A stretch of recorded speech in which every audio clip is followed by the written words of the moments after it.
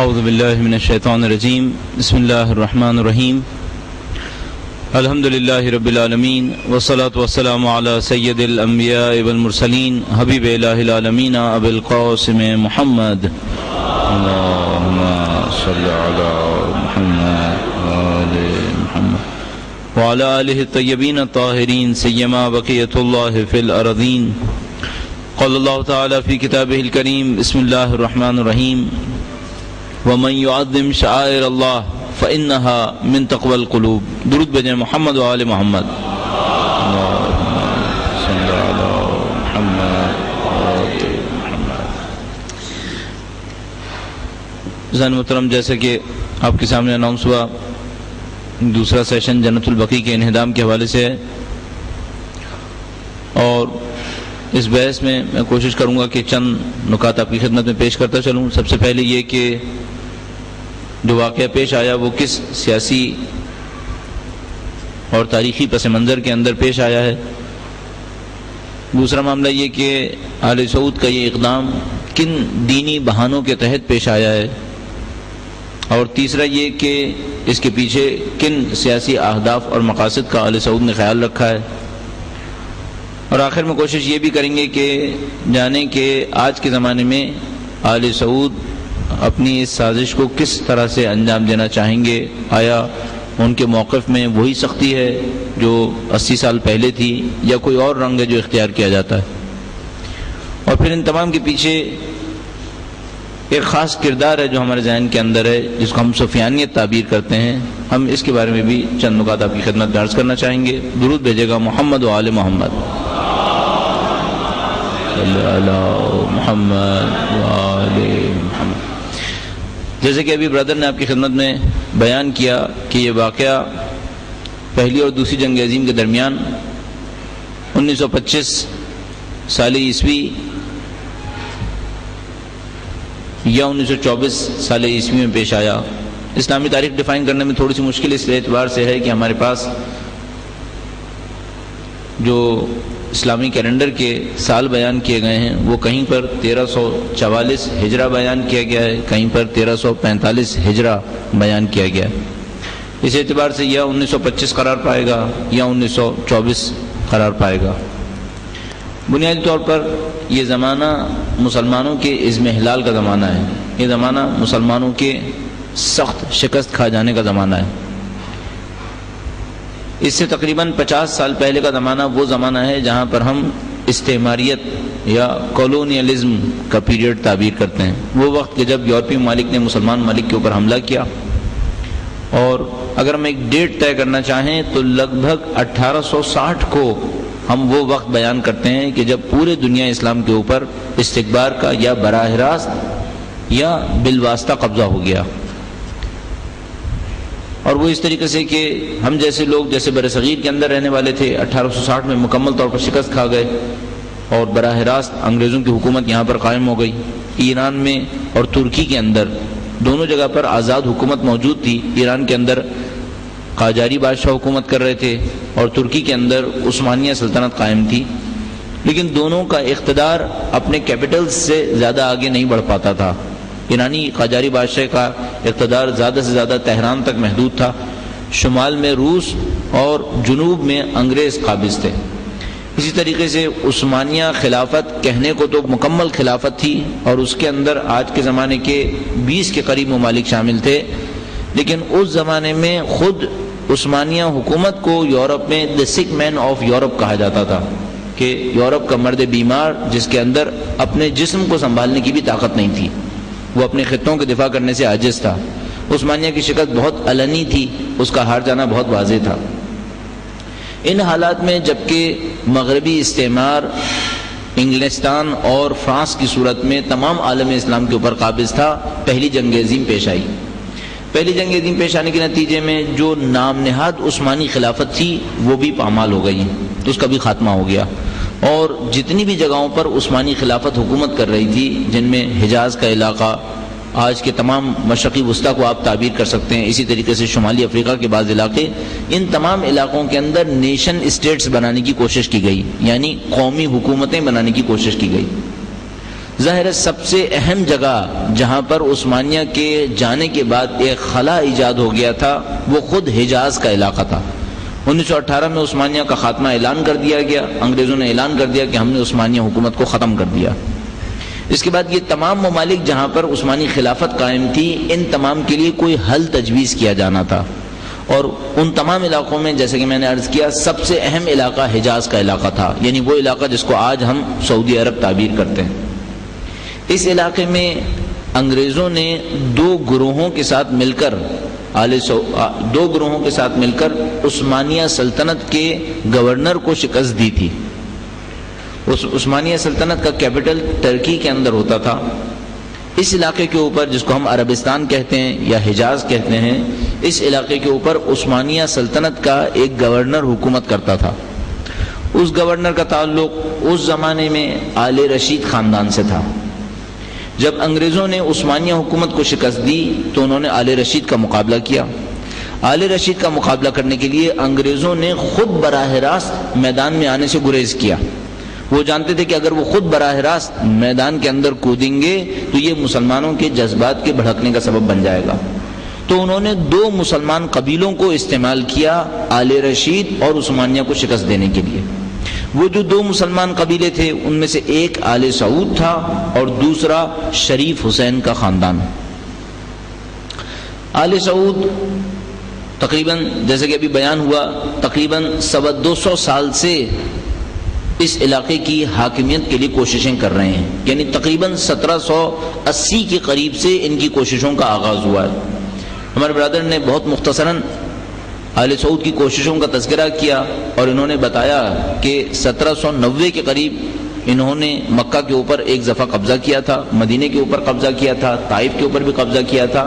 اسی زمانے میں انہوں نے عراق، نجف اور کربلا کے اوپر بھی حملہ کیا تھا۔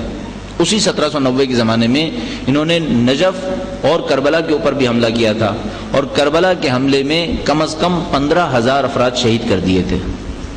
لگ بھگ 5 سے 15,000 افراد کی مختلف فیگرز نجف کے حملے میں شہید ہونے کی ہمارے پاس خبر ہے۔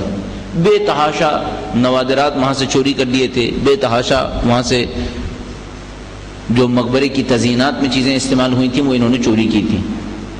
کافی عرصے تک کربلا کے اوپر قابض رہے تھے، جو وہاں سے گزرتا تھا اس کو شہید کر دیا کرتے تھے۔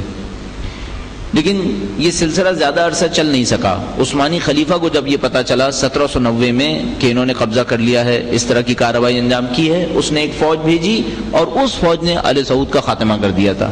آل سعود ظاہری طور پر ختم ہو گئے لیکن در حقیقت باقی رہے، ان کی نسل باقی رہی، یہاں تک کہ تقریباً 1880 میں یعنی لگ بھگ 100 سال کے بعد دوبارہ واپس آئے۔ اس دفعہ جو واپس آئے، اس دفعہ انگریزوں نے آل سعود کا ساتھ دیا۔ میں نے عرض کیا عثمانیہ سلطنت کا مقابلہ کرنے کے لیے ایک طرف سے وہ آل سعود کا ساتھ دے رہے تھے، دوسری طرف سے شریف حسین کا ساتھ دے رہے تھے۔ شریف حسین کا خاندان خود مکے کے رہنے والوں میں سے تھا، اس خاطر شریف حسین کا ساتھ دینا انگریزوں کے لیے لاجیکل بھی تھا کہ وہ اس کا ساتھ دیں اور اس کی مدد سے مکے کے گورنر کو شکست دے دیں۔ انگریزوں نے بہرحال دونوں کو آگے بڑھایا، دونوں کو ایک ایک جاسوس دے دیا۔ انگریزوں کا طریقہ کار یہ تھا کہ وہ ان دونوں قبیلوں کو عثمانیہ کے خلاف استعمال کرنے کے لیے باضابطہ تربیت دلواتے تھے، تربیت دی جاتی تھی اور پیسہ بھیجا جاتا تھا۔ یہ کام 2 جاسوسوں کے ذریعے سے انجام پایا۔ شریف حسین کے پاس انگلستان کی تاریخ کا سب سے مشہور جاسوس تھا جس نے شریف حسین کے خاندان کی مدد کی تھی، اور وہ جاسوس لارنس آف عربیہ تھا۔ آل سعود کے پاس بھی انگریزوں کا ایک جاسوس تھا، ان میں سے ایک کا نام شیکسپیئر تھا جو ایک زمانے میں قتل کر دیا گیا تھا، اور اس کے بعد فیلبی نام کر کے ایک انگریز جاسوس تھا جو آل سعود کو مدد دیا کرتا تھا۔ 1918 میں ان 2 قبیلوں کی مدد سے عثمانیہ کو ختم کر دیا انگریزوں نے۔ اب یہ طے کرنا تھا کہ کس قبیلے کو اس علاقے میں حاکمیت دی جانی ہے۔ 2 آپشنز تھے، یا شریف حسین یا آل سعود۔ شریف حسین کے 4 لڑکے ہوا کرتے تھے اور چاروں انگریزوں کے بہت وفادار تھے۔ لارنس آف عربیہ نے چاروں کو بہت اچھے طریقے سے تربیت دی تھی کہ وہ ہمیشہ انگریزوں کے وفادار رہیں گے۔ میں عرض کروں گا کہ ان کی وفاداری کتنی زیادہ تھی۔ آل سعود کا معاملہ کچھ پیچیدہ معاملہ تھا۔ آل سعود کے اندر بعض عناصر ایسے تھے کہ جو انگریزوں سے بہت زیادہ خوش نہیں تھے. برسبیل تذکرہ عرض کرتا چلوں، آل سعود کے مدد کرنے والے قبیلوں میں تھوڑا سا معاملہ پیچیدہ ہو رہا ہے، اپنے حواس کو یہاں جمع رکھیے گا. آل سعود کی مدد کرنے والے قبیلوں میں ایک قبیلہ الاخوان نام کر کے ہوا کرتا تھا. اخوان المسلمین نہیں، جو مصر کے اندر بہت بعد میں تشکیل پائی. الاخوان نام کر کے یہ ایک گروہ ہوتا تھا. در حقیقت ہمارے زمانے کے حساب سے ان کو شدید قدامت پسند تعبیر کیا جا سکتا ہے. الٹرا آرتھوڈاکس مسلمز ان کو تعبیر کیا جا سکتا ہے. یہ لوگ انتہائی شدید قدامت پسند تھے. یہ لوگ ریڈیو، ٹیلی فون، حتیٰ گاڑیوں تک کے مخالف تھے. یہ لوگ یہ سمجھتے تھے کہ ہمیں سلفی دور کی طرف جانا چاہیے، جتنا زیادہ پرانے دور میں جائیں گے اتنا ہمارے لیے بہتر ہوگا. انہوں نے آل سعود کا ساتھ بھی آل سعود کے سخت پسند طبیعت کی وجہ سے دیا تھا.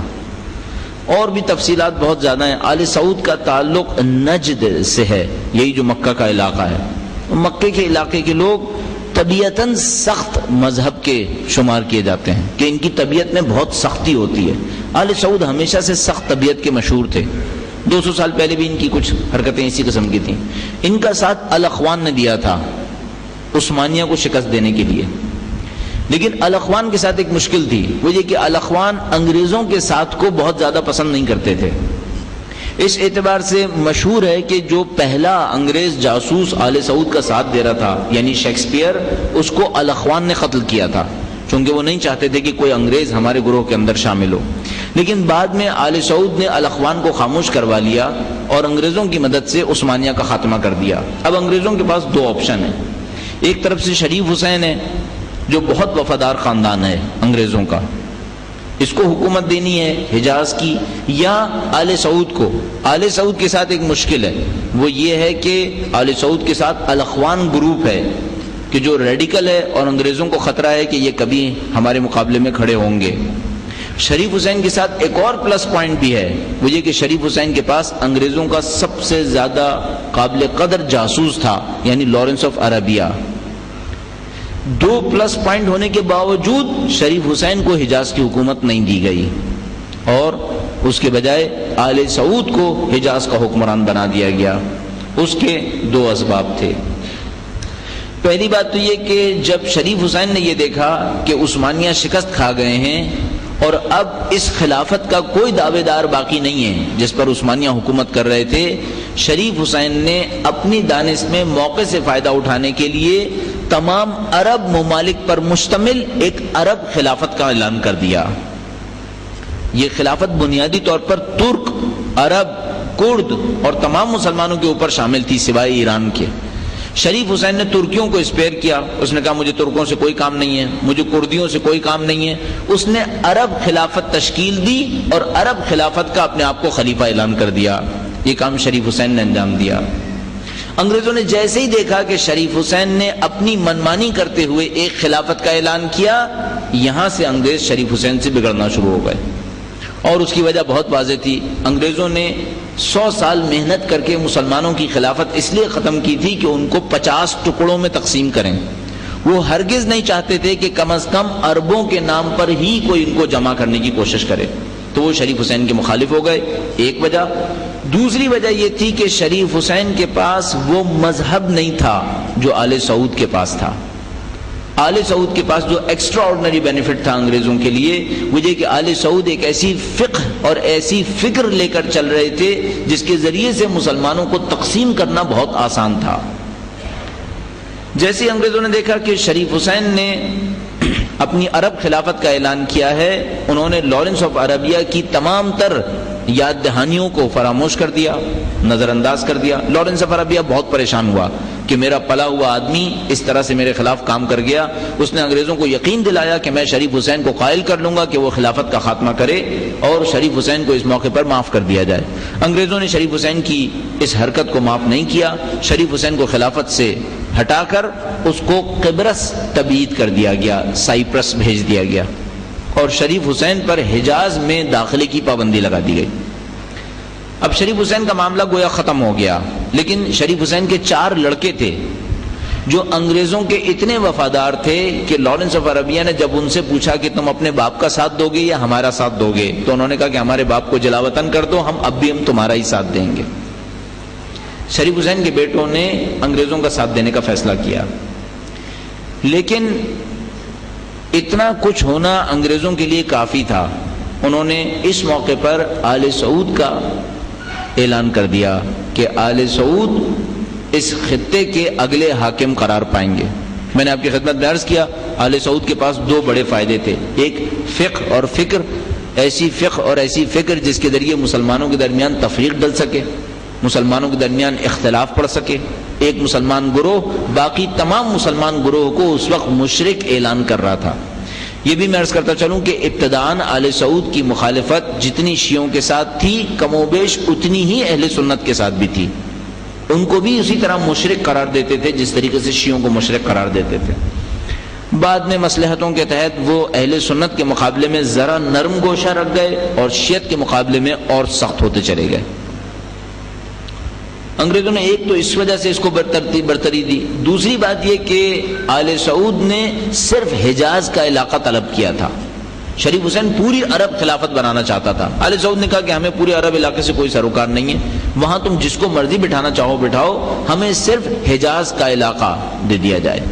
انگریزوں نے حجاز کے علاقے کے لیے آل سعود کا انتخاب کیا اور باقی عرب علاقوں کے لیے شریف حسین کے بیٹوں کو تعینات کر دیا۔ باقی 4 بیٹوں کو عربوں کے 4 مختلف علاقوں کے اوپر تعینات کر دیا گیا، کسی کو عراق بھیجا، کسی کو شام بھیجا، کسی کو اردن نیا ملک بنا کر اس کا حاکم بنا دیا۔ اردن نام کر کے کوئی ملک پہلی جنگ عظیم تک موجود نہیں تھا، ٹرانس جارڈن ایک علاقہ ہوا کرتا تھا لیکن ملک نہیں تھا۔ انہوں نے اردن نامی ایک ملک بنایا اور اس ملک کا سربراہ شریف حسین کے ایک بیٹے کو قرار دے دیا۔ آگے چل کر جو کچھ تاریخ میں پیش آیا وہ اس طریقے سے ہے کہ جو عراق اور شام پر شریف حسین کی اولاد بیٹھی تھی وہ مختلف زمانے کی بغاوتوں میں قتل ہوتے چلے گئے، انہیں قتل کر دیا گیا، ان کے خاندان کا وہاں پر خاتمہ ہو گیا۔ اس وقت شریف حسین کا خاندان صرف اردن کے بادشاہ کے ذریعے سے ابھی تک جاری ہے۔ یہ جو اردن کا موجودہ بادشاہ ہے یہ اسی شریف حسین کی اولاد میں سے ہے۔ آپ اس کی انگریزوں اور اسرائیلیوں کے لیے وفاداری بہت آسانی سے سمجھ پائیں گے۔ نسلاً قبل نسل انگریزوں کا وفادار خاندان ہے۔ اب کیسا ہوگا اب آپ سمجھ سکتے ہیں۔ گویا شریف حسین کا معاملہ ختم ہو گیا، اب رہ گئے آل سعود۔ آل سعود حجاز کے اوپر قابض ہو گئے۔ جیسے ہی آل سعود حجاز پر قابض ہوئے انہوں نے حجاز کا تاریخی نام جو نبی اکرم اور حضرت ابراہیم کے زمانے سے چلا آ رہا تھا حجاز، اس کو تبدیل کر کے اپنے خاندان کے نام پر سعودیہ عربیہ رکھ دیا۔ اس علاقے کا پورا نام قرار پایا المملکۃ العربیۃ السعودیہ۔ اگر آپ اس جملے کے اوپر غور فرمائیں، اس میں المملکہ یعنی حکومت، العربیہ قوم پرستی، عربیت یعنی عرب قوم پرستی کا اظہار ہوا۔ دوسرا السعودیہ، سعودیہ کیا ہے؟ سعودیہ آل سعود سے منسوب ہے، یعنی ایک خاندان۔ جو خادم حرمین شریفین اپنے آپ کو کہہ رہا ہے اس سے کم از کم اتنا پوچھا جا سکتا ہے کہ اس ملک کے نام میں اسلام کیوں نہیں آ رہا؟ اگر اس ملک کے نام میں عربیت نیشنلزم اور سعودیت قبیلہ پرستی آ سکتی ہے تو اس کے اندر اسلام کا نام کیوں نہیں آ سکتا؟ بہرحال المملکۃ العربیۃ السعودیہ اس ملک کا نام قرار پایا، آل سعود کی حکومت قائم ہو گئی۔ اب جو آل سعود کی حکومت قائم ہوئی پورے دنیا کے مسلمانوں میں ایک تہلکہ مچ گیا۔ اس کی وجہ یہ ہے کہ پوری دنیا کے مسلمان اسکالرز آل سعود کو اچھی طرح پہچانتے تھے، وہ جانتے تھے کہ ان کے آنے کے نتیجے میں اگلا قدم کیا ہوگا۔ حتیٰ بر صغیر کے اندر مسلمان اسکالرز میں من جملہ جو مولانا محمد علی جوہر اور شوکت علی، ان کے ذریعے سے ایک تحریک چلی جس کے اندر اس بات کو اٹھایا جانے لگا کہ روضات کا تحفظ اب کس صورت میں انجام پائے گا، کیونکہ یہ بات بہت مشہور تھی کہ آل سعود روضات کے انتہائی مخالف ہیں۔ تاریخ میں یہ بات کئی دفعہ ظاہر ہو چکی تھی۔ 150 سال پہلے، اس وقت سے تقریباً 150 سال پہلے کربلا اور نجف پہ حملہ کر چکے تھے، سب بہت اچھی طرح سے جانتے تھے۔ لیکن میں نے عرض کیا کہ وہ زمانہ اسلام کی سخت ترین مشکل وقت کا زمانہ تھا، جب کوئی مسلمان حکومت باقی نہیں تھی، آزاد طاقتور مسلمان حکومت، مسلمان انگریزوں کے چنگل میں پھنسے ہوئے تھے، ان میں سے کسی میں بھی طاقت نہیں تھی کہ وہ آل سعود کے ان اقدامات کا مقابلہ کر سکے۔ انگریزوں نے آل سعود کو آزاد چھوڑ دیا، اور ظاہر ہے کہ وہ چاہتے بھی یہی تھے جو آل سعود انجام دینا چاہتے تھے۔ کیا فائدہ تھا آل سعود کو آزاد چھوڑ دینے میں؟ میں نے آپ کی خدمت میں عرض کیا، سب سے بڑا فائدہ یہ تھا کہ پوری دنیا کے مسلمانوں کو مشرک قرار دے رہے تھے، پوری دنیا کے مسلمانوں کے اوپر پابندیاں لگانا چاہتے تھے، پوری دنیا کے مسلمانوں کے مقابلے میں ان مقدس مقامات کو اپنے چنگل میں محفوظ کرنا چاہتے تھے، اور یہ انگریزوں کے لیے بہت خوش آئند بات تھی۔ آل سعود نے جب حجاز پر قبضہ کیا تو ان کی پہلی نظر اس بات پر تھی کہ ہم کسی طریقے سے روضات کو منہدم کرنا شروع کریں، اور نگاہ انتخاب ان روضات میں جو جا کر پڑی وہ خاندان اہل بیت اطہار علیہ السلام کے مقبرے تھے۔ کیوں ایسا انجام پایا؟ متعدد وجوہات تھیں جن کی طرف میں اشارہ کروں گا، اور اس میں جو سب سے اہم بات ہمیں سمجھ میں آتی ہے وہ ایک خاص بغض تھا جو آل سعود کے دل میں شیعت کے لیے موجود تھا۔ اگر کوئی آل سعود کی کتابوں کو سرسری نظر سے بھی دیکھے، ابن تیمیہ کی التوحید کو دیکھ لیجئے، بعد میں آنے والے علماء کی کتابوں کو دیکھیے، آج کے سعودی علماء سے ملنے کی کوشش کیجئے، تو چند منٹ کی گفتگو میں شیعت اور اہل بیت کے خلاف بغض ان کے دماغ میں جو موجود ہے وہ نظر آنا شروع ہو جائے گا۔ ایک خاص طریقے سے قائل تھے۔ اچھا، یہ ایک تاریخی معاملہ بھی تھا، وہ یہ کہ ابن تیمیہ حنبلی فرقے کے ماننے والے تھے، اور امام حنبل بہت کم قرب اظہار کرتے تھے خاندان اہل بیت کے لیے دوسرے ائمہ فقہ کے مقابلے میں۔ ایک تاریخی پس منظر بھی تھا، اور دوسرا میں نے عرض کیا انگریزوں کی مصلحت بھی اسی میں تھی کہ یہ اس قسم کے سخت دل رہیں اور اہل بیت کے خلاف کوششوں کو انجام دیں۔ یہ وہ تاریخی اور سیاسی پس منظر تھا جس کے اندر آل سعود حاکم بنے اور انہوں نے جنت البقیع کے مقبروں کے خلاف کارروائی انجام دی۔ اب اس کے لیے طریقہ کار کیا اختیار کیا گیا اس کی تفصیل بھی آپ کی خدمت میں عرض کروں گا۔ درود بھیجے گا محمد و آل محمد۔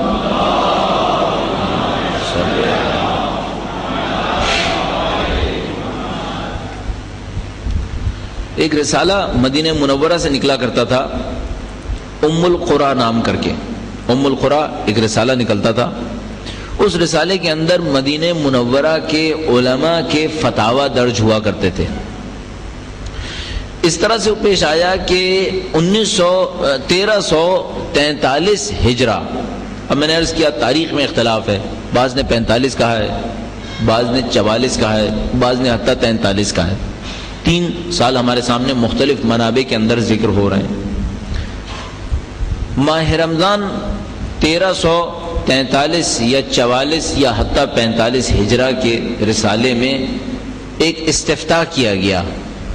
حاکم نے، مدینے کے گورنر نے ایک فتویٰ طلب کیا، سلیمان نام کر کے گورنر تھا، اس نے فتویٰ طلب کیا مدینے کے علماء سے، اور اس فتوے کے اندر یہ لکھا کہ قبور پر عمارت کی تعمیر یقیناً حرام ہے، اس کی روشنی میں جنت البقیع کی قبور پر جو عمارتیں تعمیر ہیں ان کا حکم کیا ہے؟ یعنی یہ سوال پوچھنے کا انداز واضح طور پر علماء کو یہ بتا رہا تھا کہ ان کو کیا جواب دینا ہے، اس میں کوئی شبہ نہیں تھا۔ پہلا جملہ یہ کہہ رہا تھا کہ قبور پر عمارتوں کی تعمیر جو حرام ہے اور منہدم کیا جانا واجب ہے، اس کی روشنی میں جنت البقیع پر موجود قبور کی تعمیر کے بارے میں علماء کا فتویٰ کیا ہے؟ مدینہ منورہ کے بعض علماء نے مزاحمت دکھائی، انہوں نے فتویٰ جاری کرنے میں تردد کیا، تعامل کیا، حکومت کی طرف سے دباؤ بڑھا اور فتوے کا جواب پیش کر دیا گیا۔ فتوے کا جواب یہ دیا گیا کہ یہ وقف شدہ املاک میں تصرف کے برابر ہے، اس سے مسلمانوں کو دوسری قبریں تعمیر کرنے میں اذیت اور مشکلات کا سامنا کرنا پڑتا ہے، اور یہ سنت رسول کے خلاف ہے، چونکہ رسول اللہ نے حضرت علی کو حکم دیا تھا ایک روایت درج کی کہ حضرت علی کو حکم دیا تھا کہ اے علی جب بھی کوئی قبر دیکھو، عربی میں لفظ آیا سویتہ، سویتہ، اس کا ترجمہ یوں لیا گیا کہ اسے منہدم کر دو. کہا کہ ان شواہد کی روشنی میں ان قبور کی تعمیر اور ان قبور کا باقی رہنا جائز نہیں ہے، اس کا منہدم کیا جانا واجب ہے. ماہ رمضان 1343 یا 44 ہجرہ میں یہ فتویٰ جاری کر دیا گیا اور ام القرا رسالے کے اندر چھپ گیا، یہاں تک کہ شوال 8 تاریخ کو جنت البقیع کی قبور کو مختلف طریقے استعمال کرتے ہوئے منہدم کر دیا گیا. یہ وہ بہانہ تھا جس کو استعمال کیا گیا. اب یہاں پر بہت ساری تفصیلات ہیں. وہ یہ کہ جس روایت کو استعمال کیا گیا، آیا وہ روایت اس موضوع پر دلیل بنتی ہے؟ وقف کے اندر تصرف کا جو بہانہ پیش کیا گیا، آیا وقف کے اندر تصرف کی دلیل ان کو منہدم کرنے کے لیے کافی بنے گی؟ اب تک کے مسلمانوں کی سیرت کا کیا جواب دیا جائے گا؟ اب تک کے مسلمانوں کی سیرت کو کس طریقے سے حل کیا جائے گا؟ آل سعود نے ان تمام مباحث میں پڑھنے کی کوئی کوشش نہیں کی. حقیقت یہ ہے کہ فتویٰ طلب کرنا جملے سے بتا رہا تھا کہ صرف ایک بہانہ حاصل کرنے کے لیے تھا. اگر فتووں کے ہی آل سعود منتظر ہوتے تو 150 سال پہلے، اس وقت سے 150 سال پہلے کربلا پر حملہ کرنے سے پہلے بھی کوئی فتویٰ لیتے، نجف پر حملہ کرنے سے پہلے بھی کوئی فتویٰ لیتے، اس سے پہلے مسلمانوں کو مشرک کہنے کے لیے کوئی فتویٰ طلب کرتے. اس موقع پر انہوں نے اپنی منمانی سے سارے کاموں کو انجام دیا اور ان کی تمام تر دلیلیں صرف ابن تیمیہ کے افکار سے حاصل ہو رہی تھیں. لہذا میں بہت زیادہ اس بحث میں نہیں پڑھوں گا کہ اس روایت کا مطلب کیا ہے. روایت میں امیر المومنین کی جو بیان ہوئی ہے سند کے اعتبار سے ضعف ہے. 3 افراد وہاں پر ایسے ذکر ہو رہے ہیں جن کو خود اہل سنت کے علماء نے انتہائی ضعیف راوی تعبیر کیا ہے. ان 3 میں سے 2 کے بارے میں اکثر علماء سنت نے لکھا ہے کہ یہ روایت گڑھا کرتے تھے. لہذا میں عرض کر رہا ہوں سند کے اعتبار سے ضعیف روایت. اور جو ترجمہ کیا گیا وہ یہ تھا، عربی میں لکھا ہوا ہے سویتہ. سویتہ کا مطلب عربی میں ہوتا ہے مساوی کر دینا. یعنی اگر یہ ٹیبل میز کے اوپر کوئی چیز ایسی پڑی ہو جس میں یہاں ابھار زیادہ ہو وہاں ابھار کم ہو، اور ہم کہیں سوی ھذا، اس کو سوی کر دو، مساوی کر دو، تو اس کا مطلب یہ ہوگا اس کی سطح کو ہموار کر دو. عربی میں سویتہ یعنی میں نے سطح کو ہموار کر دیا استعمال ہوتا ہے. آل سعود نے اپنے فتوے کو حاصل کرنے کے لیے اس سویتہ کا مطلب منہدم کرنا قرار دے دیا، کہ بجائے یہ کہ وہ فتویٰ لیتے کہ ہموار کر دیا جائے، جو اتفاقاً شیعت کے طرز فکر اور شیعت کے طرز عمل کے اور زیادہ قریب ہے. اور شیعہ طرز عمل یہ ہے کہ قبر کے اوپر کے حصے کو مساوی کیا جائے، اس کے اندر کوہان کی طرح اونٹ نہ بنایا جائے. یہ وہ روایت تھی کہ جو نبی اکرم کی طرف سے امیر المومنین کو بیان ہوئی، لیکن اس کا ترجمہ یوں کیا گیا کہ اس کا مطلب یہ ہے کہ قبر کو زمین سے برابر کر کے قبر کو منہدم کر دیا جائے. تعجب کی بات یہ ہے کہ اہل سنت کے اندر بھی قبر کو بالشت بھر زمین سے اونچا رکھنے کا استحباب ابھی بھی موجود ہے. ابھی بھی اہل سنت کے ہاں مستحب ہے کہ قبر کو بالشت بھر زمین سے اونچا کیا جائے، اور یہ استحباب کسی صورت میں مکمل نہیں ہو سکتا اگر سویتہ کا مطلب زمین سے برابر کر دینا قرار دے دیا جائے. اگر زمین سے برابر کرنا ہو تو پھر 6 انچ اونچے ہونے کا سوال ہی پیدا نہیں ہوتا. یہ صرف اس صورت میں جاری ہے کہ سویتہ کا مطلب سطح کو ہموار کر دینا ہو، کہ 6 انچ اونچی ہو اور اس کے بعد سطح اوپر سے ہموار کر دی جائے. بہرحال میں نے عرض کیا آل سعود کے نزدیک روایت کی کوئی دلالت نہیں تھی. آل سعود کے لیے نزدیک اہم بھی نہیں تھا کہ روایت کیا کہہ رہی ہے. ان کے نزدیک جو اصل میں اہم تھا وہ یہ کہ ان کو اپنے کام کو انجام دینا تھا. لیکن صرف ہم اذہان کو صاف رکھنے کے لیے عرض کریں گے، اگر فرض یہ رکھیں کہ نبی اکرم نے امیر المومنین کو یہ روایت ارشاد فرمائی ہو، اور اس روایت کا مطلب بھی یہ ہو کہ امیر المومنین کی ذمہ داری تھی کہ وہ قبروں کو برابر کریں، زمین سے برابر کر دیں، مسمار کر دیں، زمین سے برابر کر دیں. اب ہمیں چند بنیادی سوالات کا سامنا کرنا پڑے گا. وہ یہ ہے کہ جب امیر المومنین کی حاکمیت مدینہ منورہ کے اندر شروع ہوئی، اس سے بہت پہلے بیت المقدس تک کا علاقہ مسلمانوں کی حاکمیت میں شامل ہو چکا تھا. آیا یہ روایت صرف نبی اکرم نے امیر المومنین سے کہی تھی یا تمام مسلمانوں کو حکم تھا؟ اگر تمام مسلمانوں کو حکم تھا تو خلفائے ثالثہ نے امیر المومنین کی حتی آمد سے پہلے ان تمام قبروں کو برابر کیوں نہیں کیا جو ان کے دور اقتدار میں مسلمانوں کے نزدیک انتہائی مشہور قبریں تھیں؟ مثال کے طور پر جدہ میں بی بی حوا کی قبر آج بھی اس کا نشان موجود ہے. اس زمانے میں بہت آب و تاب کے ساتھ موجود تھا. خلیفہ اول سے لے کر تمام اسلامی خلفاء تک وہ قبر وہاں پر موجود تھی. اگر مطلب یہ ہوتا اور واقعاً ایسی کوئی روایت ہوتی تو خلفاء کو، اور بالاخص اگر یہ حکم صرف امیر المومنین کے لیے تھا، تو امیر المومنین کو اپنی خلافت کے پہلے دن جدہ کے حکمران کو حکم بھیجنا چاہیے تھا کہ وہ بی بی حوا کی قبر کو پامال کر دیں. ظاہر ہے کہ ایسا کام انجام نہیں پایا. خلیفہ ثانی جب بیت المقدس تشریف لے گئے تو وہاں پر ابراہیم خلیل اللہ کی قبر موجود تھی، انبیاء کرام کی قبور موجود تھیں. کیوں خلیفہ دوم نے ان قبور کو مسمار نہیں کیا؟ کیوں وہ تمام قبریں باقی رہیں؟ حتیٰ امیر المومنین کی حاکمیت میں وہ تمام چیزیں موجود تھیں اپنی جگہ کے اوپر. اور اگر اس بات کو اور آگے بڑھائیے تو یہ تمام قبریں 1400 سال تک موجود رہیں، یہاں تک کہ آل سعود کا دور شروع ہو گیا. اور آل سعود اتنی مدت کے بعد پہلے حکمران آئے جنہوں نے اس روایت کا مطلب منہدم کرنا لیا اور اس کے بعد قبروں کو منہدم کرنا شروع کر دیا.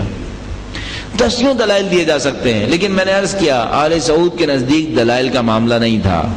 آل سعود کے نزدیک اصلی معاملہ دو صورتوں میں ظاہر ہو رہا تھا جن کو ہمیں اچھی طرح سمجھنا ہوگا. درود بھیجیں محمد و آل محمد. محمد آل محمد. ہم نے اپنے عنوان میں ایک جملہ استعمال کیا، ایک لفظ استعمال کیا ہے، سفیانیت. یہ لفظ بظاہر ایک سادہ سا لفظ ہے. اس کو آپ تاریخ کے دو سفیان سے منسوب کر سکتے ہیں. ایک سفیان ابو سفیان، ابتدائی اسلام میں آنے والا ابو سفیان، خاندان بنی امیہ کے بڑے سربراہوں میں سے ایک، جس نے جنگ بدر میں ابو جہل اور ابو لہب کے مارے جانے کے بعد نبی اکرم کے خلاف ہونے والی تمام سازشوں کے اندر شرکت کی ہے، جو فتح مکہ کے موقع پر اپنی جان بچانے کی خاطر اسلام کے حلقے میں داخل ہو گیا اور اس کے بعد اپنے بغض کا اظہار اس وقت کرتا ہے جب حضرت عثمان خلیفہ بنتے ہیں. حضرت حمزہ کی قبر پر جا کر لات مارتا ہے اور کہتا ہے حمزہ اٹھ کر دیکھو، آج ہم قابض ہو گئے، جس کو بچانے کی تم نے کوشش کی تھی اب وہ ہمارے ہاتھ میں ہے. ایک یہ ابو سفیان ہے، اور ایک وہ سفیان ہے کہ جو آنے والے امام کے زمانے میں ان کے مقابلے میں ظاہر ہوگا. کبھی کبھی میں یہ سوچتا ہوں کہ کیا یہ دو نام صرف شباہت کی بنیاد پر ایک جیسے ہیں؟ اتفاقاً ایسا ہے کہ خاندان اہل بیت نے آخری آنے والے بڑے دشمن کا نام سفیانی بتایا ہے. آیا اتفاقاً ایسا ہے یا کہ نہیں؟ اس سفیانی میں جو آئے گا اور اس ابو سفیان میں جو جا چکا ہے کوئی واقعی شباہت موجود ہے، کوئی واقعی مماثلت موجود ہے. اگر آپ اس بات کو قبول کر لیں کہ آنے والے سفیانی میں اور پیچھے ابو سفیان کے اندر کوئی واقعی مماثلت ہے تو پھر میرا ایک اور سوال ہے، وہ یہ کہ کیا سفیانیت 1400 سال پہلے ظاہر ہو کر مٹ گئی اور پھر ظہور پر ظاہر ہوگی دوبارہ، یا سفیانیت ایک مسلسل تسلسل کے ساتھ جاری رہنے والی فکر کا نام ہے؟ اگر اس مسئلے کو حل کرنا چاہیں تو پھر ایک اور سوال کرتے ہیں، ابو سفیان کو فکر دینے والا در حقیقت کون تھا؟ یعنی ایک دفعہ ہم یہ سوچتے ہیں کہ دنیا کے جتنے ظالم و جابر ہیں ان کو پیچھے سے کوئی فکر نہیں دیتا، یہ خود ہیں جو ایسے ہیں. ایک دفعہ ہم کہتے ہیں یہ خود تو ہیں ہی ایسے، لیکن ان کے پیچھے ایک اور وسواس خناس ہے جو ان کو یہ فکریں دیتا رہتا ہے۔ کم از کم اسلامی اصولوں کے تحت یہ ظالم و جابر خود تو برے ہیں، لیکن شیطان ہے جو ان کو فکریں دیتا ہے۔ ہماری روایتیں کہتی ہیں کہ جب عرب جمع ہوئے شب ہجرت نبی اکرم کو شہید کرنے کے لیے، تو ان کو سمجھ میں نہیں آیا کہ بنی ہاشم کے غیظ و غضب کا مقابلہ کیسے کریں گے، تو شیطان ایک بوڑھے کی صورت میں ظاہر ہوا اور اس نے ان کو مشورہ دیا کہ سب مل کر شمشیر لگاؤ تاکہ بنی ہاشم کسی ایک قبیلے سے بدلہ نہ دے سکے۔ اس کا مطلب یہ ہے کہ شیطان نہ صرف وسواس خناس ہے، چھپ چھپ کر حملے کرتا ہے، فکریں دیتا ہے، ضرورت پڑے تو خود میدان کے اندر آ کر فکر دینا شروع کر دیتا ہے۔ اب میں آپ سے ایک سوال کرنا چاہوں گا، تاریخ اسلام کا سب سے بڑا دشمن ابو سفیان، اس کو شیطان کوئی فکر نہیں دیتا ہوگا؟ اگر شیطان تھا جو ابو سفیان کو فکر دیتا ہوگا تو کیا ابو سفیان کے مرنے سے لے کر ظہور ہونے تک یہ شیطان خاموش رہے گا، کسی ابو سفیان کو اور نہیں پکڑے گا فکر دینے کے لیے؟ یہاں پر میرا ذہن کہتا ہے سفیانیت ایک مسلسل فکر کا نام ہے، اور ہمیں سفیانیت کو پہچاننا پڑے گا، اس کے چند اصولوں کو ہمیں سمجھنا پڑے گا۔ درود بھیجے گا محمد و آل محمد، صلی اللہ محمد و آل محمد۔ سفیانیت ہم کسے تعبیر کریں گے؟ سفیانیت اسلام کی وہ تصویر ہے جس میں اسلام کا دشمن کافر بن کر اسلام کو شکست نہیں دے پاتا، تو مسلمان بن کر اسلام کو کھوکھلا کرنے کی کوشش کرتا ہے۔ سفیانیت اسلام کی وہ تصویر ہے جو اصل میں ایک کافر کی تصویر ہے، لیکن یہ کافر چونکہ اسلام کو کھل کر شکست دینے میں عاجز رہ جاتا ہے، اپنے نقاب کو تبدیل کرتا ہے، کفر کے چہرے پر اسلام کے نقاب کو لگا لیتا ہے، اسلام کے نقاب کو لگانے کے بعد اسلام کے خلاف حملہ آور ہوتا ہے۔ لیکن جب یہ اسلام کے اوپر حملہ آور ہوتا ہے تو اس کو ایک مشکل کا سامنا کرنا پڑتا ہے، وہ یہ کہ یہ اسلام میں سے کس چیز کا خاتمہ کرے تو اسلام نابود ہو جائے۔ اب میں آپ کو ایک کام کی دعوت دوں گا جو انتہائی تلخ کام ہے، لیکن فکر کے میدان میں بعض اوقات یہ کرنا پڑتا ہے۔ بہت معذرت کے ساتھ تھوڑی دیر کے لیے ابو سفیان کی جگہ بیٹھ کر سوچئے، اگر ہم میں سے کوئی ابو سفیان بننا چاہتا تو وہ اسلام کا مقابلہ کرنے کے لیے کیا کرتا؟ ابو سفیان ہمارے خیال میں کوئی بے وقوف آدمی تھا۔ ابو سفیان بنی امیہ قبیلے کا سردار ہے۔ بنی امیہ جو عرب کے مکار قبیلوں میں سے، بد فطرت قبیلوں میں سے ایک قبیلہ ہے۔ اسلام کے آنے سے پہلے اس قبیلے کی حرکتیں دنیا بھر کے اندر مشہور تھیں، دنیا عرب کے اندر۔ اس کے اوپر بہت تعریف و تمجید کے اوپر بہت کچھ لکھا جا چکا ہے۔ ایک بہت خوبصورت چھوٹی سی کتاب ہے، کبھی آپ کو بنی امیہ کے کارناموں کو پڑھنا ہو تو اس کو دیکھیے گا، شجرۃ ملعونہ، شجرہ ملعونہ، چھوٹی سی کتاب ہے، اچھی کتاب ہے، اس کو کبھی موقع ملے تو ضرور پڑھیے۔ دیکھیے اب بنی امیہ تھا کیا؟ ابو سفیان ایک چالاک آدمی ہے، شاطر آدمی ہے، مکار آدمی ہے۔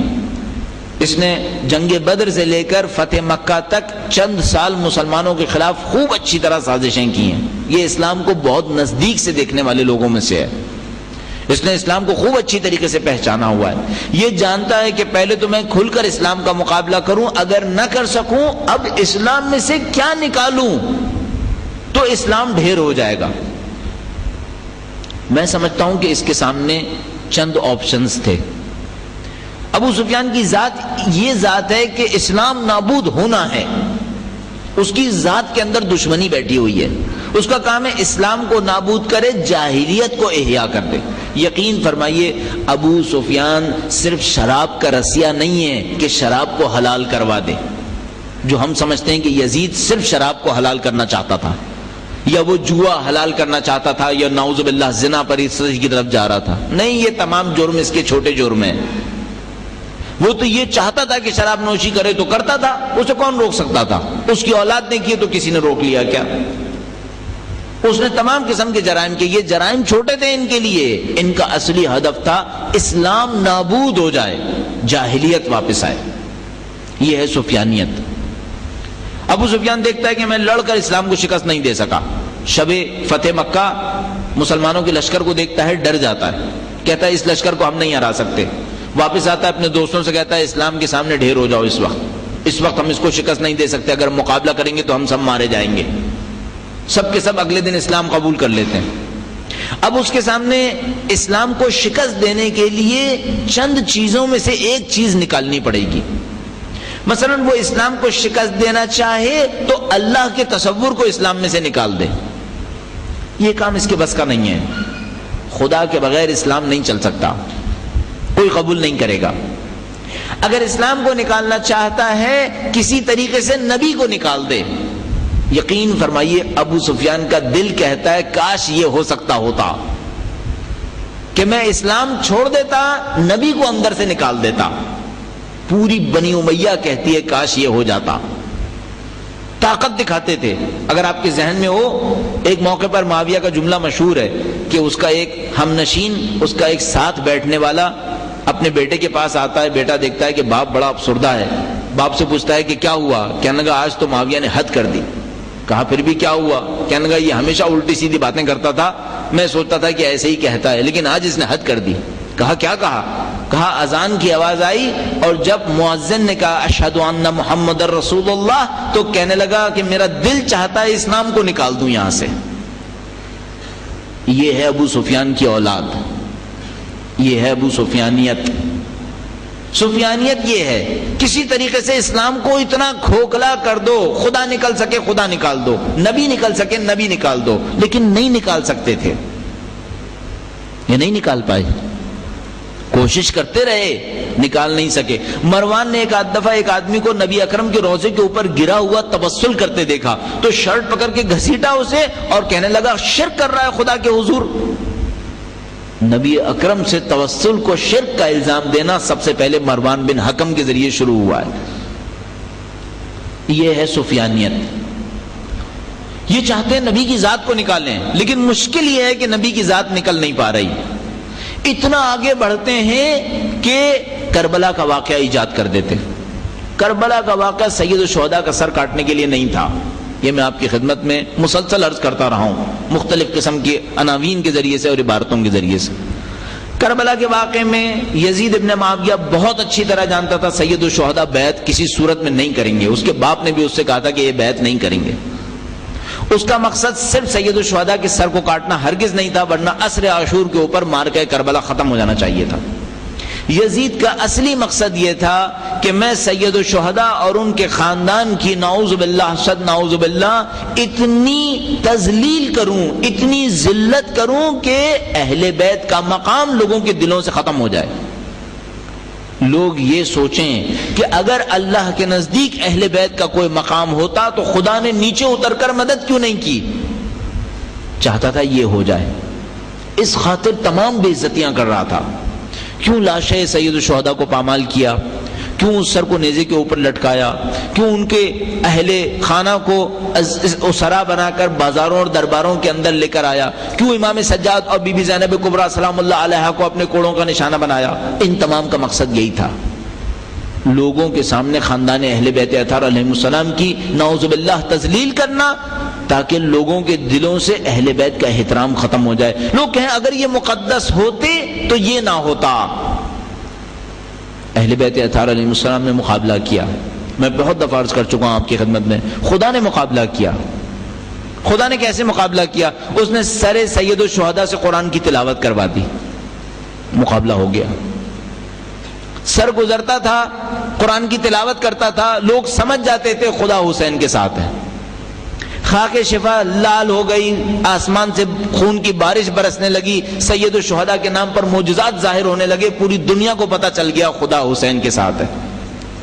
یزید کا منصوبہ ناکام ہو گیا. جب ناکام ہو گیا تو محمد کا نام اذان سے نہیں نکلا. اس خاطر چوتھے امام نے کہا تھا، کسی نے پوچھا کون جیتا؟ امام نے فرمایا ابھی مؤذن کہے گا اشہد ان محمد رسول اللہ، پھر بتانا کون جیتا. ہم جیتے، تم محمد کا نام نہیں نکال سکے، محمد کا نام باقی رہ گیا. یہ ہے سفیانیت. سفیانیت یہ ہے کسی طرح نبی کا نام اسلام سے نکل آئے. اب دیکھا کہ نہیں، نبی کا نام اسلام سے نہیں نکل سکتا. 61 ہجرہ کا واقعہ بتاتا ہے کہ اس سے زیادہ کچھ نہیں کر سکتے تھے جو 61 ہجرہ میں کیا. دیکھا نبی کا نام نہیں نکل سکا. اب کس کا نام نکالیں اسلام سے کہ یہ کھوکھلا ہو جائے؟ خاندان اہل بیت. کہا ٹھیک ہے، ہم اسلام سے خدا نہیں نکال پائے، ہم اسلام سے قرآن نہیں نکال سکے، ہم اسلام سے کوشش کرنے کے بعد بھی محمد کا نام نہیں نکال سکے، ہم اس اسلام سے آل محمد کو نکالنے کی کوشش کریں گے. بھرپور کوشش شروع کر دی. اس کے بعد سے جو کچھ پیش آیا ہے کربلا کے واقعے کے بعد، انہوں نے نبی کے نام سے لڑنا بند کیا ظاہری طور پر، اور آ کر اہل بیت سے لڑنے کی کوشش شروع کر دی. کہا اب ہم اہل بیت کے نام کو ختم کریں گے، اور پھر آپ مسلسل یہی تمام چیزیں دیکھتے رہیں گے. البتہ ان میں سے کچھ احمقوں نے پھر قرآن کریم کے خلاف لڑنے کی کوشش کی ہے اور بہت بری شکست کھائی. لیکن جس چیز کے اندر مسلسل کوشش کرتے رہے اور بعد میں حتیٰ بنی عباس اس گروہ کے اندر شامل ہو گئے، وہ یہ کہ کسی طریقے سے آل نبی کا نام اسلام سے نکال دیا جائے. نکالنے کے مختلف حربے استعمال کیے. کہیں تو یہ کوشش کی کہ آل نبی کے نام کی جگہ بنی امیہ کا نام آ جائے. مصنوعی روایتیں گڑھ گڑھ کر خاندان بنی امیہ کی فضیلت میں آل نبی کی جگہ بنی امیہ کو قرار دینے کی کوشش کی. کیا کیا روایتیں گڑھ دی معاویہ کی فضیلت میں، جن کو پڑھ کر انسان ہنسنے کے سوا اور تعصب کے سوا اور اپنے غم کے سوا کچھ نہیں کر سکتا. ہنستا اس بات پر ہے کہ کس مکار کے لیے کیا فضیلت گڑھ رہے ہیں. کون سا اتنا احمق ہوگا جس کو پتا ہوگا کہ یہ فضیلت اس کے تن پر کبھی بھی نہیں سچ سکتی ہے، لیکن فضیلتیں گڑھنے کی کوشش کی. اس کے بعد بنی عباس آئے. بنی عباس نے قبور کو منہدم کرنے کا سلسلہ شروع کیا. آپ کے ذہن میں ہے قبریں منہدم کرنا کس نے شروع کیا ہے؟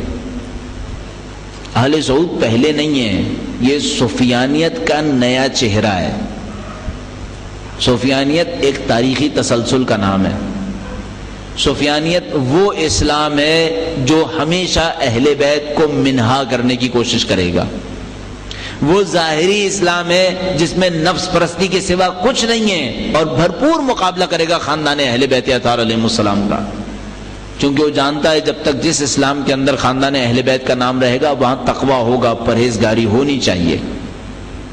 اور جہاں ان کا نام ختم ہوا وہاں سے نفس پرستی شروع ہوگی. بنی عباس نے بھی یہی کام کرنے کی کوشش کی. انہوں نے قبور کو منہدم کرنے کا سلسلہ شروع کیا. قبر سید الشہداء کے اوپر کبھی پانی بہانا شروع کیا، کبھی کھیت چلانا شروع کیے، کبھی زائرین کو لے جانے سے روکنا. ان تمام کوششوں میں ناکام ہو گئے. تاریخ تو چلتی رہتی ہے، چہرے بدلتے رہتے ہیں. میں نے عرض کیا اس کو میں کہتا ہوں سفیانیت. یہ سفیانیت باقی رہی. ہمارے دور میں آل سعود سفیانیت کے علمبردار بن کر ظاہر ہوئے. یہ سفیانیت ہے جس میں کسی طریقے سے اہل بیت اطہار علیہ السلام کو اسلام میں سے ختم کر دیا جائے.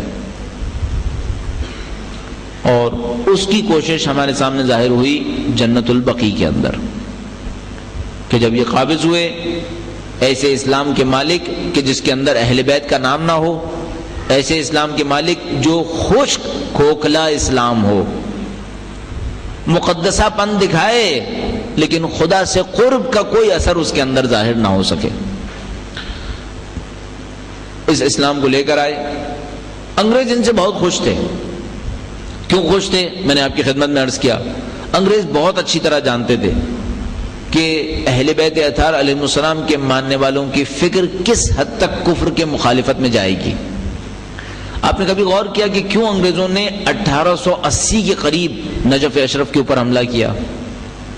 کیوں انگریزوں نے کوشش کی کہ علماء عراق کا محاصرہ کریں؟ کیوں ہمیشہ کوشش کرتے تھے کہ ان کا رابطہ دوسری جگہوں سے نہ بن پائے؟ ہمیشہ جانتے تھے کہ اگر مرجعیت اور علماء کی فکر لوگوں کے اندر قائم رہی اس کی طاقت اتنی ہے کہ کسی بھی بادشاہ کو ہٹا سکتی ہے. آیت اللہ شیرازی کا فتویٰ، مختلف علماء کے اعمال، ان کی باتوں کا اثر و رسوخ ہمیشہ انگریزوں کو بتاتا تھا کہ ان کے اندر اثر و رسوخ ہے. ہمیشہ سے کوشش کرتے تھے اس کو توڑ دیں. سعودیہ، آل سعود ان کے لیے بہت اچھا ہر بات ہے کہ اگر آل سعود آتے فکر اہل بیت کا مقابلہ ہوتا. فکر اہل بیت کے مقابلے کے نتیجے میں وہ مرکزیت جو شیعت کے اندر حاصل تھی، پھر اس مرکزیت کا کوئی نام بھی باقی نہیں رہتا. آل سعود کو پلس پوائنٹ بہت مل گئے. ان کے پاس مکہ اور مدینہ تھا. جو بھی حج کرنے آتا تھا وہ ان کی فکر کو سنے بغیر رہ ہی نہیں سکتا تھا. جاتا کہاں؟ جانا تو اس نے خانہ کعبہ ہی میں تھا، جانا تو مدینہ منورہ میں تھا، اور وہاں پر ان کے مفتی موجود تھے، مولوی موجود تھے اس کو سنانے کے لیے. نتیجہ یہ کہ اس دور میں جس دور کی ہم گفتگو کر رہے ہیں، یعنی 1920 سے 1925 جب یہ قابض ہوئے ہیں، اس وقت سے لے کر اگلے زمانے تک، سمجھتا ہوں انقلاب اسلامی ایران تک، یہ وہ زمانہ ہے جب سعودی عرب نے کھلی تبلیغ کی آل سعود کی اور کوئی مقابلہ کرنے والا نہیں تھا. کیوں؟ کوئی دنیا اسلام کے اندر حکومت نہیں تھی جو آل سعود کے مقابلے میں کھڑے ہو کر شیعت کی بات کرے. یہاں شاہ ایران کا مجرمانہ کردار ظاہر ہوتا ہے. اگر شاہ ایران کہتا تھا کہ میں شیعہ بادشاہ ہوں، کم از کم اتنا تو کرتا کہ آل سعود کا مقابلہ کر لیتا. اگر صرف شیعہ ہی ہوتا، نہ ہوتا عمل کا انسان، اگر شیعہ ہی تھا تو آل سعود کا مقابلہ کرتا. کیوں اس نے آل سعود کو موقع دیا کہ پورے دنیا اسلام کے اندر، حتیٰ امریکہ اور یورپ کے اندر آل سعود پھیلتے چلے گئے. اور اس کے بعد جب انقلاب اسلامی ایران آیا تو ہم دیکھتے ہیں پورے عالم اسلام کے اوپر سعودی عرب کی چھاپ لگی ہوئی تھی. اب اندازہ لگائیے کتنے مدرسے کھلے. یورپ اور امریکہ کے اندر سادہ ترین کام یہ تھا، جہاں کہیں دیکھتے تھے مسجد بن رہی ہے وہاں آل سعود کے نمائندے پہنچتے تھے.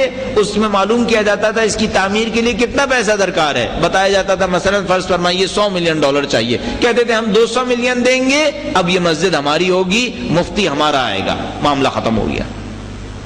یورپ اور امریکہ کے رہنے والے مسلمانوں کو کہاں پتا کہ یہ سعودی ہے، اور اس کے بعد سعودی مفتی اگر یہاں پر آ کے بیٹھے گا تو آگے کیا ہونا ہے. نتیجہ یہ ہوا کہ واشنگٹن کی جامع مسجد میں امام آسی چبوترے پہ بیٹھ کر نماز پڑھایا کرتے تھے، اور اندر سعودی عرب کا مفتی جمعے کی نماز پڑھایا کرتا تھا.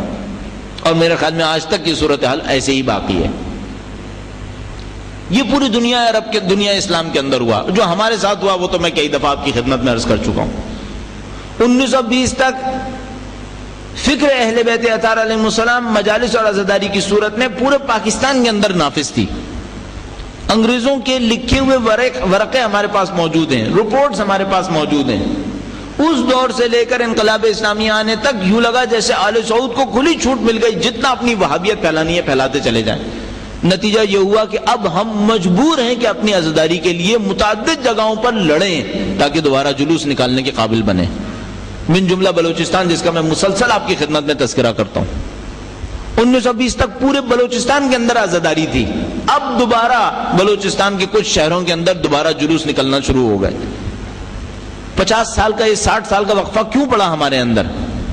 اور یہ وجہ یہی تھی کہ آل سعود نے اس کھلے میدان سے فائدہ اٹھایا. ان کے مقابلے میں کوئی بولنے والا نہیں تھا. بس انگریزوں کو بہت بڑا فائدہ ایک آل سعود سے یہ ملا. دوسرا بہت بڑا فائدہ یہ ملا کہ انہوں نے اسلام کے تمام تاریخی شواہد کو مسمار کر دیا. اب اس بات کی اہمیت کو ذرا سمجھنے کی کوشش کیجیے. حضرت عیسیٰ کے بارے میں آج کل ایک عجیب مشکل پیش آ رہی ہے. اگر آپ نے غور فرمایا ہو، اور یقیناً آپ دیکھ ہی رہے ہیں، ڈاونچی کوڈ، ناول، پھر فلم، پھر مختلف قسم کی ڈاکومنٹریز، کیا ثابت کرنے کی کوشش کی جا رہی ہے؟ یہ بار بار یہ پوچھا جا رہا ہے کہ کوئی مسیح نام کر کے شخصیت آئی بھی تھی یا نہیں آئی تھی. کہیں پر یہ سوال کیا جا رہا ہے عیسیٰ نام کر کے، مسیح نام کر کے کوئی شخصیت آئی یا نہیں آئی، اور کہیں پر یہ کہا جا رہا ہے کہ تین آئے تھے. اس کا انتخاب کیوں کر لیا؟ مختلف طریقوں سے، مختلف بہانوں سے حضرت عیسیٰ کے خلاف محاذ شروع کر دیا ہے. اور مشکل کیا ہے ہمارے سامنے؟ مشکل ہمارے سامنے یہ ہے کہ حضرت عیسیٰ کی شخصیت کے جسمانی ثبوت مٹ چکے ہیں، فزیکل پروفز باقی نہیں ہیں. نتیجہ یہ کہ ہم اس مصیبت کے اندر کھڑے ہیں، اور اس وقت حملات پہ حملات حضرت عیسیٰ کی شخصیت کے خلاف انجام پا رہے ہیں خود عیسائیت کی طرف سے. انہوں نے دیکھا مسلمانوں کے پاس جو سب سے بڑی برتری ہے تمام دوسرے ادیان کے مقابلے میں، یہودیت کے مقابلے میں، عیسائیت کے مقابلے میں، حتیٰ بدھ مت اور ہندو مذہب کے مقابلے میں، مجھے کہ اسلام کی ایک ایک چیز ڈاکومنٹڈ ہے. اسلام کی ایک ایک چیز کا ثبوت موجود تھا. تصور فرمائیے مدینہ منورہ میں جن گلیوں میں نبی اکرم چلا کرتے تھے 80 سال پہلے تک وہ گلیاں بھی اسی طرح باقی تھیں. 80 سال تو میں پھر آپ کی خدمت میں زیادہ کہہ رہا ہوں, ابھی 30 سال پہلے تک بھی باقی تھیں. وہ گھر جس کے اندر نبی اکرم رہے تھے مسجد مدینہ منورہ کے اندر, وہ جس میں ان کے اہل خاندان رہے تھے, وہ تمام کے تمام گھر ایز اٹ از 1300 سال سے باقی تھے وہاں پر. مکہ مکرمہ کے اندر تمام کی تمام چیزیں باقی تھیں. یہ سب چیزیں کس نے مسمار کی ہیں؟ سب کا سب آل سعود نے. آپ سمجھ رہے ہیں کیا ہوا ہمارے ساتھ؟ ابھی اس وقت جب 2003 میں امریکہ نے عراق کے اوپر حملہ کیا تو عراق کے میوزیم سے لوگ چیزیں چوری کر کے لے گئے. پوری دنیا چلا اٹھی کہ یہ ثقافتی چوری کیوں کروائی امریکہ نے. کیا کوئی آل سعود سے نہیں پوچھے کہ تم نے ثقافتی بربادی کیوں کروائی اسلام کے ساتھ؟ چند آرٹیفیکٹس, چند نوادرات اگر میوزیم سے چوری ہو گئے تو پوری دنیا چیخنے لگی. کیا مسلمانوں کا حق نہیں آل سعود کے گریبان کو پکڑ کے کہیں کہ تم نے اسلام کے ان عظیم الشان نشانیوں کو کیوں مسمار کیا؟ آج ہمارے پاس کیا رہ گیا پھر؟ اور جان بوجھ کر اس کام کو انجام دیتے رہے. دسوں طریقہ کار سوچے جا سکتے تھے. پوری دنیا کے اندر اگر حضرت عیسیٰ کی کوئی مختصر سی دور کی بھی نشانی باقی ہے تو لوگوں نے بچا کے رکھنے کی کوشش کی ہے, جو نہیں مل رہا تھا انہیں. اور میں تعجب کرتا ہوں کہ وہ زیارتگاہ حضرت بل جس میں نبی اکرم کا ایک بال ہے اسے بچانے کی کوشش کر رہے ہیں, اور نبی اکرم جس گھر میں رہے, جن گلیوں میں چلے, جن جگہوں پر جاتے تھے, ان تمام کو مسمار کر رہے ہیں. یہ کون سی عقل مندی کی بات ہے؟ یہ آل سعود ہے. میں سمجھتا ہوں آل سعود نے جو سب سے بڑی خدمت کفر کی ہے وہ اسلام کی نشانیوں کو پامال کرنا ہے. تمام نشانیوں کو پامال کر دیا انہوں نے. اور پامال کرنے کے بعد اب میں اور آپ اس جگہ کے اوپر موجود ہیں. اب سوال یہ ہے, آخری موضوعات کی طرف میں داخل ہوں گا, وہ یہ کہ آل سعود کا فی الحال انداز کیا ہے. آیا آل سعود ابھی بھی شیعہ کو مشرک کہیں گے؟ ممکن ہے لفظ میں کہیں. آپ ممکن ہے کہیں سعودی عرب گئے ہوں اور وہاں پر آپ کو کوئی ان کی مذہبی پولیس کا آدمی مل گیا ہو اور اس نے کہیں نہ کہیں آپ کے سامنے یہ بات کہا ہو, لیکن بہت واضح ہے اگر ہم مشرک ہیں تو ہمیں حج کی اجازت کیوں دی ہے؟ سوال ہی پیدا نہیں ہوتا کہ ہمیں مشرک کہہ سکیں. یعنی بہت سادہ سی بات ہے. یہ جو سپاہی صحابہ در و دیوار کے اوپر لکھ رہی تھی یہاں پر کافر کافر شیعہ کافر, ان سے پوچھو تمہارے باپ نے اگر کافر سمجھا ہوتا تو ہمیں سعودی عرب میں آنے کی اجازت کیوں دی تھی؟ کیوں خانہ کعبہ میں آنے کی اجازت دی تھی؟ وہاں تو کوئی کافر پاؤں نہیں مار سکتا, وہاں تو کوئی قدم نہیں رکھ سکتا. تو یہ ان نعروں سے جو احمقوں نے نعرے لگائے تھے دیواروں کے اوپر, ان تمام کو ہٹ جائیے کہ دیواریں ان کے اوپر گر جائیں گی.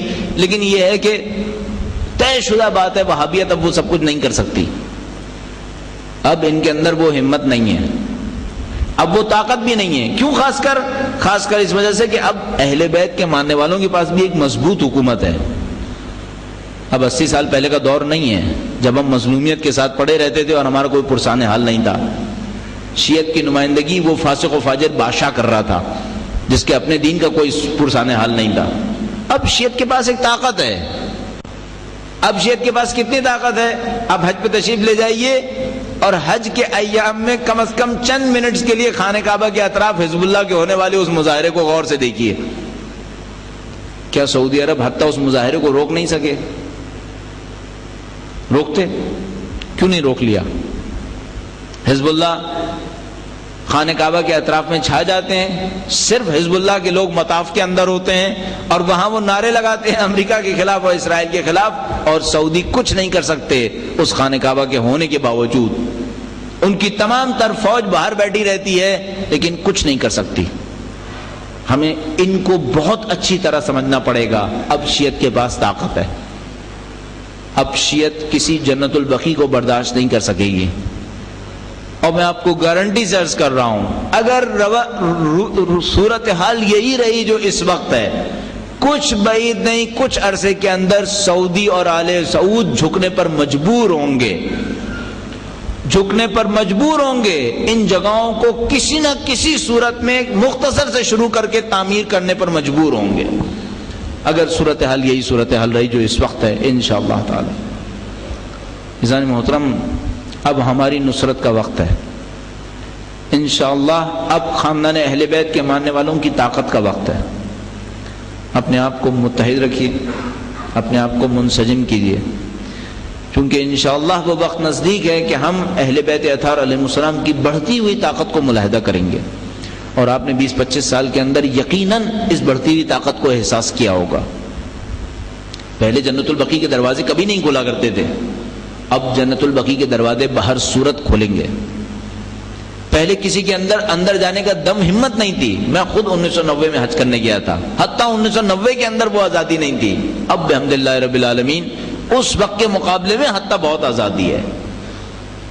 تو ہم جانتے ہیں کہ گریجولی آل سعود کا بت ٹوٹے گا. البتہ آل سعود کا جب یہ بت ٹوٹے گا تو یہ خود بچیں گے یا نہیں بچیں گے، یہ ایک علیحدہ سوال ہے.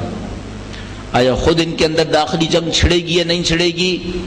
کم از کم مجھے فی الحال ایسا نظر آتا ہے کہ اگر صورتحال وہی رہی جو اس وقت ہے تو ان کے اندر بہت امکان ہے کہ خود ایک دوسرے کے ساتھ دست و گرما ہوں گے. ان کے اپنے اندر کے فرقے بے تحاشا شدت کے ساتھ ایک دوسرے سے لڑے ہوئے ہیں. ان کے اپنے شہزادوں کے سلسلے بہت سختی کے ساتھ ایک دوسرے سے لڑے ہوئے ہیں. تو میرا اپنا یہ خیال ہے کہ یہ اب اہل بیت اطہار علیہ السلام کے ماننے والوں کی طاقت کا مقابلہ نہیں کر سکتے. اب ان کو تسلیم ہونا ہوگا. اب ان کو حتیٰ جنت البقیع کو کسی نہ کسی صورت میں کسی نہ کسی طریقے سے کہیں نہ کہیں تعمیرات کی سمت لے جانا ہوگا. البتہ یہ تمام ہوگا اگر میں اور آپ اپنی طاقت کا مظاہرہ کریں، اگر ہم اور آپ متحد ہو کر اسی طرح اپنے آپ کو ایک جگہ پر جمع کر لیں جس طرح سے ہمارے بھائیوں نے عراق کے اندر کیا ہے، جس طرح ہمارے بھائیوں نے ایران کے اندر کیا ہے، جس طرح ہمارے بھائیوں نے لبنان کے اندر انجام دیا ہے. شیعت اپنے آپ کو مضبوط قدموں پر کھڑی کر رہی ہے. مجھے بعض اوقات یہ احساس ہوتا ہے کہ پوری دنیا کی شیعت اپنے امتحان سے گزر کر سرخرو ہو رہی ہے اور شاید پاکستان کی شیعت اتنا مضبوط سامنے نہیں آ رہی جتنا اس کو آنا چاہیے، حتیٰ جتنا اس کا حق ہے. اس کا حق ہے کہ اس سے زیادہ مضبوط ہو، اس کا حق ہے کہ اس کے پاس اس سے زیادہ طاقت ہو. اور میں آپ کو گارنٹی سے عرض کر رہا ہوں، آپ کے پاس، اس قوم کے پاس پاکستان کے اندر بے تحاشا وسائل موجود ہیں، بے تحاشا طاقتیں موجود ہیں. ہمیں جان بوجھ کر کمتری کے اندر مبتلا رکھنے کی کوشش کی گئی ہے. ہمیں اپنی طاقتوں کو پہچاننا پڑے گا. دین اسلام کی عزت اور نصرت کی خاطر اپنے چند بہت مختصر اختلافات کو، اپنی محدودیتوں کو ختم کر کے اہل بیت اطہار علیہ السلام کی عظمت کی خاطر اپنے آپ کو ایک جگہ پہ جمع کرنا ہوگا. درود بھیجیں محمد و آل محمد.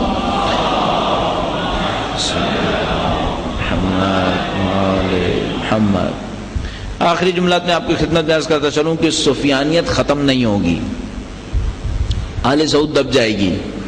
آل سعود باقی رہنے والی چیز نہیں ہے، لیکن سفیانیت باقی رہے گی. یہ سفیانیت اپنے چہروں کو بدلتی رہے گی. یہ آل سعود بھی 300 سال پہلے نہیں تھے، اب انہوں نے دور ادا کیا ہے. یہ چلے جائیں گے، سفیانیت کہیں اور ظاہر ہو جائے گی. اور اگر ہماری روایات کی طرف جائیں تو روایات کہتی ہیں کہ سفیانیت شام سے ظاہر ہوگی. نہیں معلوم اس سفیانیت کا رنگ کیا ہوگا، نہیں معلوم اس سفیان کے لشکر میں جانے والے لوگ کون سے لوگ ہوں گے. لیکن اتنا طے شدہ ہے کہ آگے آنے والا سفیان اپنے کردار میں پچھلے گزرنے والے ابو سفیان سے کم نہیں ہوگا. اسی طرح اہل بیت سے لڑے گا جس طرح سے ابو سفیان خاندان اہل بیت سے اور اس کی اولاد خاندان اہل بیت سے لڑتی رہی ہے. پروردگار ہمیں اس موقع پر اپنے امام کی نصرت کی توفیق عنایت فرمائے.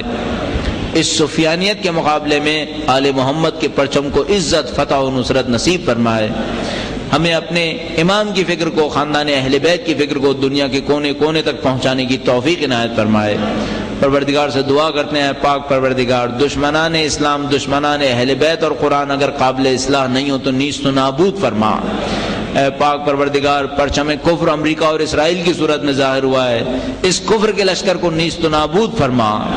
اے پاک پروردگار، لشکر اسلام ایران، عراق اور لبنان کے مومنین کی صورت میں کفر کے خلاف محاذ آرائی کر رہا ہے، پاک پروردگار کو فتح و کامرانی نصیب فرما. اے پاک پروردگار تجھے واسطہ محمد و آل محمد کا ہمیں اور ہمارے مرحومین کو اور تمام چاہنے والوں کو اہل بیت کے ہمراہ محشور فرما.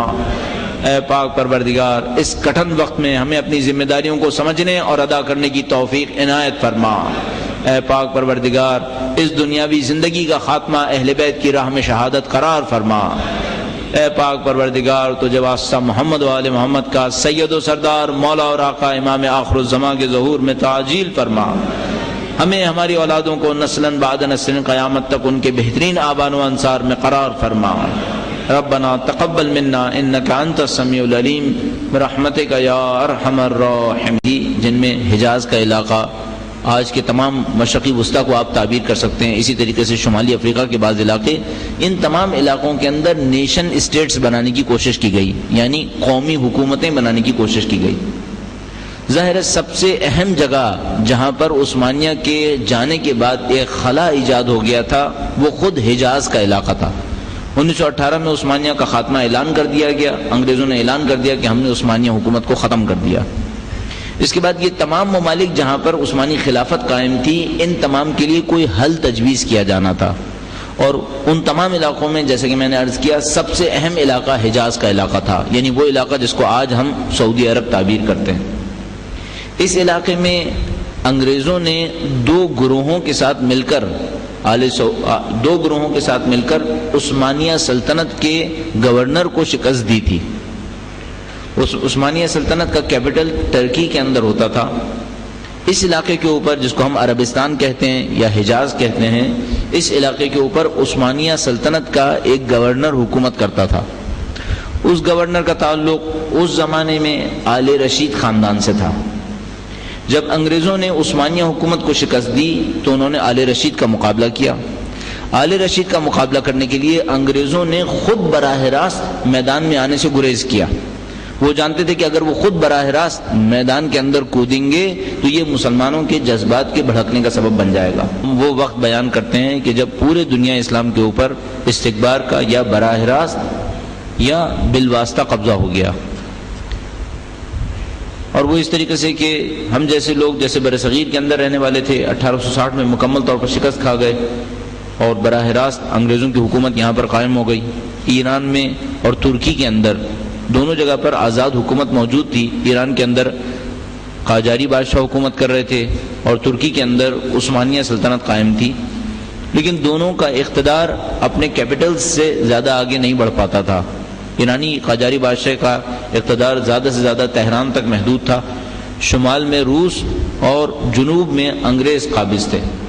اسی طریقے سے عثمانیہ خلافت کہنے کو تو مکمل خلافت تھی، اور اس کے اندر آج کے زمانے کے 20 کے قریب ممالک شامل تھے، لیکن اس زمانے میں خود عثمانیہ حکومت کو یورپ میں دی سک مین آف یورپ کہا جاتا تھا، کہ یورپ کا مرد بیمار جس کے اندر اپنے جسم کو سنبھالنے کی بھی طاقت نہیں تھی، وہ اپنے خطوں کے دفاع کرنے سے عاجز تھا۔ عثمانیہ کی شکست بہت علنی تھی، اس کا ہار جانا بہت واضح تھا۔ ان حالات میں جبکہ مغربی استعمار انگلستان اور فرانس کی صورت میں تمام عالم اسلام کے اوپر قابض تھا، پہلی جنگ عظیم پیش آئی۔ پہلی جنگ عظیم پیش آنے کے نتیجے میں جو نام نہاد عثمانی خلافت تھی وہ بھی پامال ہو گئی، تو اس کا بھی خاتمہ ہو گیا، اور جتنی بھی جگہوں پر عثمانی خلافت حکومت کر رہی کے موقف میں وہی سختی ہے جو 80 سال پہلے تھی، یا کوئی اور رنگ ہے جو اختیار کیا جاتا ہے۔ اور پھر ان تمام کے پیچھے ایک خاص کردار ہے جو ہمارے ذہن کے اندر ہے، جس کو ہم سفیانیت تعبیر کرتے ہیں۔ ہم اس کے بارے میں بھی چند نکات آپ کی خدمت میں عرض کرنا چاہیں گے۔ درود بھیجے گا محمد و آل محمد، صلی علی محمد و آل محمد۔ جیسے کہ ابھی برادر نے آپ کی خدمت میں بیان کیا کہ یہ واقعہ پہلی اور دوسری جنگ عظیم کے درمیان 1925 سال عیسوی یا 1924 سال عیسوی میں پیش آیا۔ اسلامی تاریخ ڈیفائن کرنے میں تھوڑی سی مشکل اس اعتبار سے ہے کہ ہمارے پاس جو اسلامی کیلنڈر کے سال بیان کیے گئے ہیں وہ کہیں پر 1344 ہجرہ بیان کیا گیا ہے، کہیں پر 1345 ہجرہ بیان کیا گیا ہے۔ اس اعتبار سے یا 1925 قرار پائے گا یا 1924 قرار پائے گا۔ بنیادی طور پر یہ زمانہ مسلمانوں کے عزم ہلال کا زمانہ ہے، یہ زمانہ مسلمانوں کے سخت شکست کھا جانے کا زمانہ ہے۔ اس سے تقریباً 50 سال پہلے کا زمانہ وہ زمانہ ہے جہاں پر ہم استعماریت یا کولونیلزم کا پیریڈ تعبیر کرتے ہیں. وہ وقت کہ جب یورپی ممالک نے مسلمان ممالک کے اوپر حملہ کیا. اور اگر ہم ایک ڈیٹ طے کرنا چاہیں تو لگ بھگ 1860 کو اعوذ باللہ من الشیطان الرجیم بسم اللہ الرحمن الرحیم الحمدللہ رب العالمین والصلاة والسلام علی سید الانبیاء والمرسلین حبیب الہ العالمین ابی القاسم محمد اللہم صلی علی محمد وآل محمد وعلى آله الطيبين الطاهرين سيما بقية الله في الأرضين. قال الله تعالى في كتابه الكريم بسم الله الرحمن الرحيم ومن يعظم شعائر الله فإنها من تقوى القلوب. درود بجائے محمد وآل محمد. اللهم صل على محمد وآل محمد. زن محترم، جیسے کہ آپ کے سامنے اناؤنس ہوا، دوسرا سیشن جنت البقیع کے انہدام کے حوالے سے ہے، اور اس بحث میں کوشش کروں گا کہ چند نکات آپ کی خدمت میں پیش کرتا چلوں. سب سے پہلے یہ کہ جو واقعہ پیش آیا وہ کس سیاسی اور تاریخی پس منظر کے اندر پیش آیا ہے.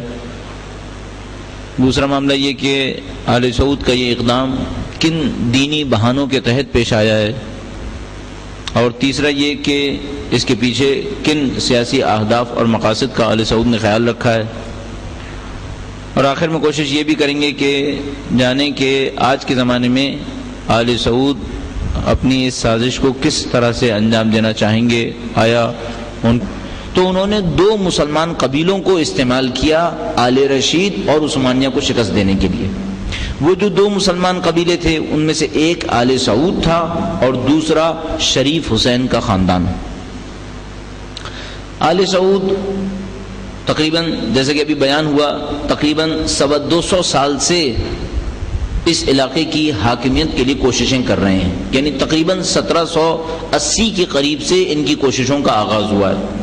ہمارے برادر نے بہت مختصراً آل سعود کی کوششوں کا تذکرہ کیا اور انہوں نے بتایا کہ 1790 کے قریب انہوں نے مکہ کے اوپر ایک دفعہ قبضہ کیا تھا، مدینے کے اوپر قبضہ کیا تھا، طائف کے اوپر بھی قبضہ کیا تھا. اسی زمانے میں انہوں نے عراق، نجف اور کربلا کے اوپر بھی حملہ کیا تھا. اسی 1790 کے زمانے میں انہوں نے نجف اور کربلا کے اوپر بھی حملہ کیا تھا، اور کربلا کے حملے میں کم از کم 15,000 افراد شہید کر دیے تھے. لگ بھگ 5 سے 15,000 افراد کی مختلف فیگرز نجف کے حملے میں شہید ہونے کی ہمارے پاس خبر ہے.